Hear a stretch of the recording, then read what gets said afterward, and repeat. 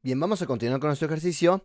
Ahora vamos a agregar los siguientes atributos a nuestra clase empleado: el atributo ID empleado de tipo int y el atributo sueldo de tipo double, y los métodos get y set para estos atributos.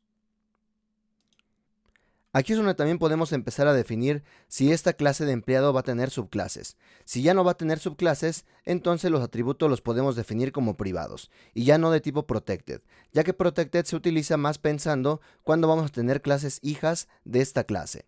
Así que debido a que esta clase empleado ya no la estamos considerando para tener subclases, entonces los atributos van a ser de tipo private. También podríamos utilizarlos de tipo protected, no habría ningún problema, pero para mayor seguridad vamos a dejarlos como de tipo privado, ya que estamos considerando que ya no vamos a tener clases hijas de esta clase empleado. Así que agregamos el atributo de ID empleado, privado de tipo entero. También agregamos el atributo de sueldo, privado de tipo double. Y agregamos también un atributo de tipo static para contabilizar cuántos objetos de tipo empleado vamos creando. Así que agregamos el atributo privado, static de tipo entero, llamado contador empleado. Y esto va a ser el mismo concepto de static que ya hemos venido trabajando. Así que esta variable estática la vamos a utilizar para incrementar en 1 cada que creemos un objeto de tipo empleado en el constructor de esta clase. Y esta misma variable la vamos a utilizar para asignar un valor único al atributo de ID empleado.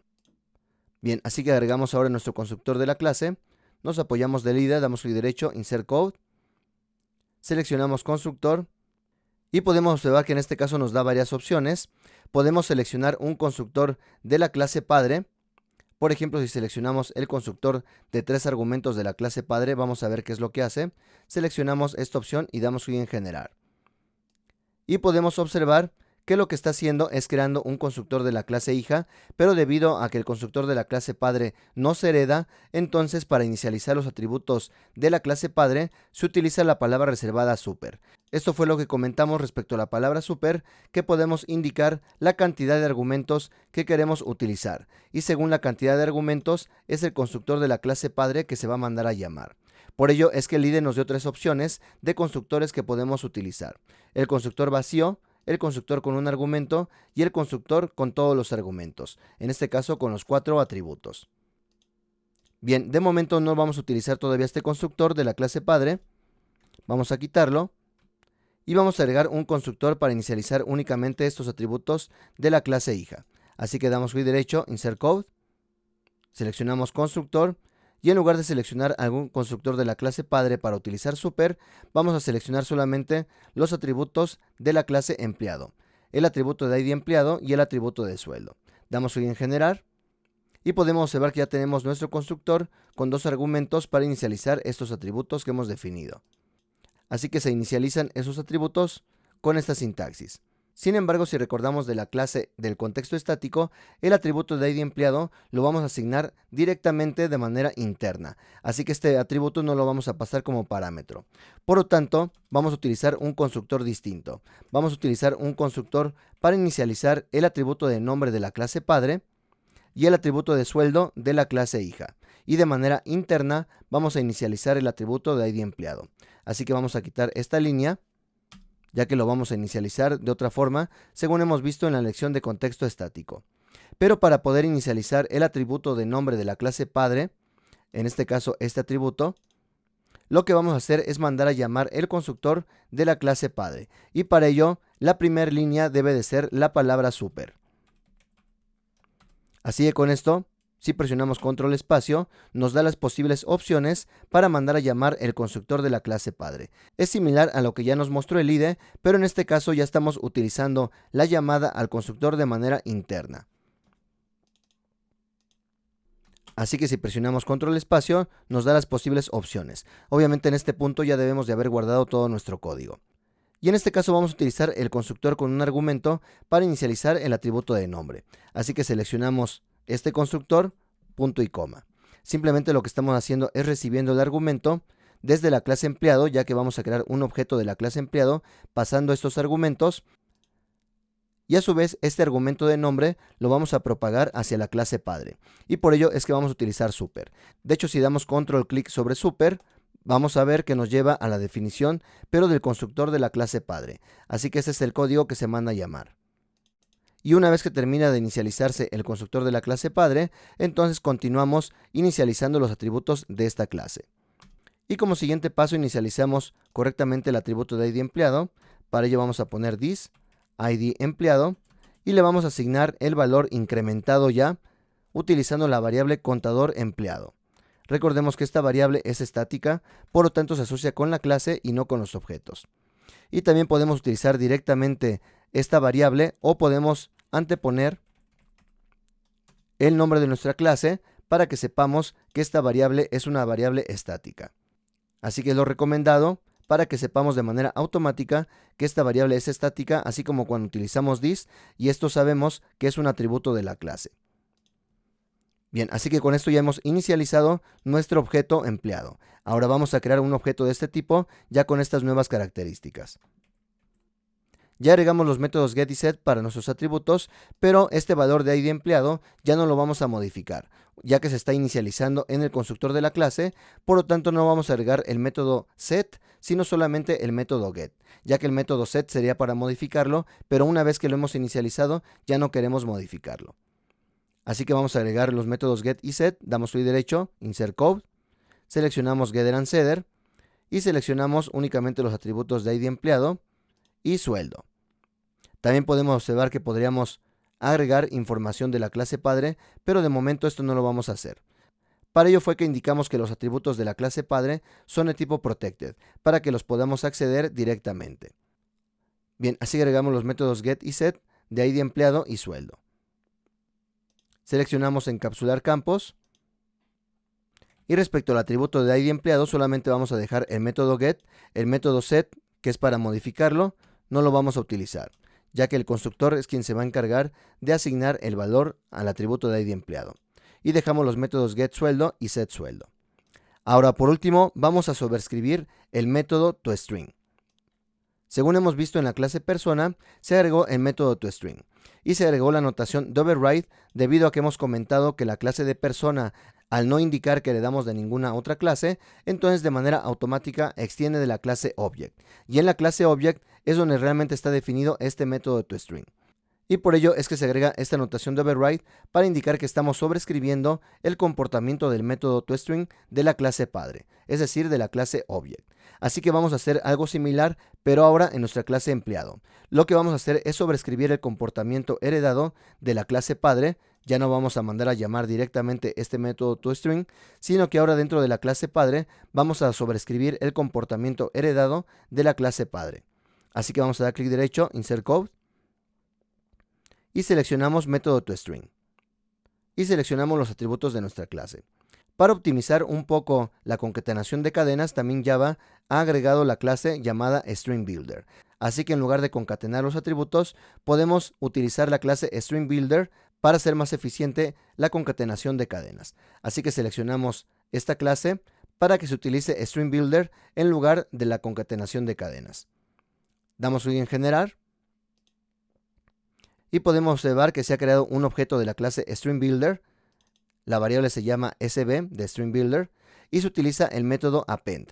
Así que en lugar de utilizar el más para concatenar, esto puede llegar a ser un poco más lento, ya que por cada concatenación se crea un nuevo objeto de tipo string, ya que los objetos string, una vez creados, no se pueden modificar. Por ello se dice en Java que los objetos de tipo string son inmutables. Es decir, que una vez que les asignamos un valor, ya no se pueden modificar. Y por ello, en lugar de utilizar concatenación de cadenas, podemos utilizar la clase StringBuilder. Y esta es una clase donde sí podemos modificar internamente los valores. Y utilizando el método append, entonces simplemente vamos concatenando, vamos agregando la información de la cadena, pero de manera distinta. Utilizando el método append, vamos agregando cada uno de los atributos. Así que es una forma de ir agregando también la misma información, de ir concatenando. Y al finalizar, lo que hacemos es utilizar la variable sb y mandar a llamar finalmente también el método toString. Así que esto al final regresa un tipo string. ¿Qué es lo que pide el método toString? Debe de regresar un tipo string. Así que no podemos regresar un tipo StringBuilder. Si no hacemos esta llamada, esta conversión al final, entonces tenemos un error. Por lo tanto, son tipos incompatibles y tenemos que mandar a llamar el método toString, ya que este método va a regresar la cadena que se ha generado a partir de las llamadas al método append que hemos hecho. Bien, así que vamos a guardar cambios. Vamos a crear un nuevo objeto de tipo empleado, pero ahora utilizando el nuevo constructor. Ya debemos de haber guardado todos los cambios. Damos control espacio y podemos observar que tenemos acceso al constructor con los parámetros de nombre y sueldo. Así que vamos a proporcionar estos valores. El empleado se llama Juan y el sueldo 5000.0. Guardamos cambios y ejecutamos. Y ahora podemos observar que en lugar de que imprima el tipo persona, como lo hacía anteriormente, ahora ya podemos ver la información de la clase empleado. Sin embargo, nos falta un detalle más, ya que no estamos viendo el atributo de nombre. Así que para ver el atributo de nombre podemos hacerlo de distintas formas. Podemos agregar una línea más para que veamos el nombre de la clase empleado. Por ejemplo, si hacemos lo siguiente, hacemos un append para agregar el nombre y agregamos el valor de nombre. Recordemos que aquí lo recomendable es utilizar this para acceder a los atributos de nuestra clase. Y si ponemos this punto, podemos observar que no solamente estamos accediendo a los atributos definidos en la clase empleado, sino que también estamos pudiendo acceder a los atributos definidos en la clase padre, debido a que esos atributos son protected. Pero, por ejemplo, si este atributo de nombre en la clase padre lo definiéramos como privado, vamos a hacer este cambio. Aquí definimos el atributo de nombre como privado, guardamos cambios, entonces ya no podemos acceder a ese atributo desde la clase hija. Nos está marcando el error que el atributo de nombre tiene acceso privado en la clase padre. Por lo tanto, lo que tenemos que hacer para que desde las clases hijas podamos acceder directamente a estos atributos es definirlos como protegidos. O la otra forma sería, en lugar de utilizar directamente el atributo de la clase, podríamos mandar a llamar el método getNombre, ya que ese método sí se hereda al ser un método que es público. Recordemos que el método getNombre se ha definido también como público en la clase padre, así que sería otra forma de utilizarlo. Pero lo más común cuando estamos trabajando con herencia es que los atributos de la clase padre estén marcados como protegidos y así los podamos acceder directamente desde las clases hijas. Bien, así que guardamos cambios, vamos a revisar en la clase padre y ya podemos acceder al valor de nombre. Esta es una forma, pero también lo mejor es que podamos reutilizar la llamada al método toString de la clase padre. Así que para ello podemos hacer lo siguiente. En lugar de simplemente ir atributo por atributo de la clase padre, podríamos concatenar por completo los valores del objeto persona. Así que podríamos hacer lo siguiente. Append. Y en lugar de utilizar this.nombre, vamos a utilizar super, ya que super accede de manera directa a la clase padre. Y podemos observar que también podemos acceder a los atributos y métodos que hemos definido en la clase padre. Y el método que nos interesa acceder de la clase padre es el método toString. Así que esto lo que va a hacer es que al final vamos a mandar a llamar el método toString de la clase padre. Se va a mandar a llamar este método. Así que guardamos cambios. Vamos a hacer un último append para cerrar esta llave que hemos abierto. Abrimos la información del objeto persona y aquí lo cerramos. Así que guardamos cambios. Volvemos a ejecutar nuestra prueba. Aquí ya estamos observando no solamente la información del objeto empleado, sino también la información del objeto persona.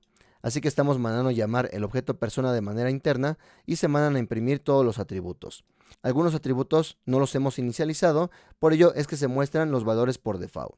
En este caso, para el género es el carácter vacío, para la edad, que es de tipo entero, su valor es 0, y para la dirección, que es de tipo string, su valor es null. Aquí estoy observando que ya no es necesario repetir el objeto persona, esto ya se manda a imprimir de manera automática. Así que podemos quitar esto. Simplemente hacemos un append de la llamada a la clase padre, del método toString de la clase padre. Vamos a guardar cambios, ejecutamos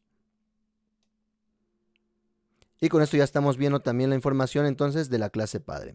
Así que con eso estamos observando que cuando estamos creando un objeto de la clase empleado, no solamente tenemos información de la clase hija, sino que también tenemos información de la clase padre, ya que en memoria es un solo objeto. Tenemos información de ambas clases, ya que cuando creamos una clase hija, en automático tenemos todas las características heredadas de la clase padre. Bien, revisen hasta aquí ya que es importante que empiecen a entender todo este detalle y cualquier duda lo pueden poner en la sección de preguntas y respuestas donde lo veremos a la brevedad posible. Bien, eso es todo por esta lección y nos vemos en el siguiente video. Saludos.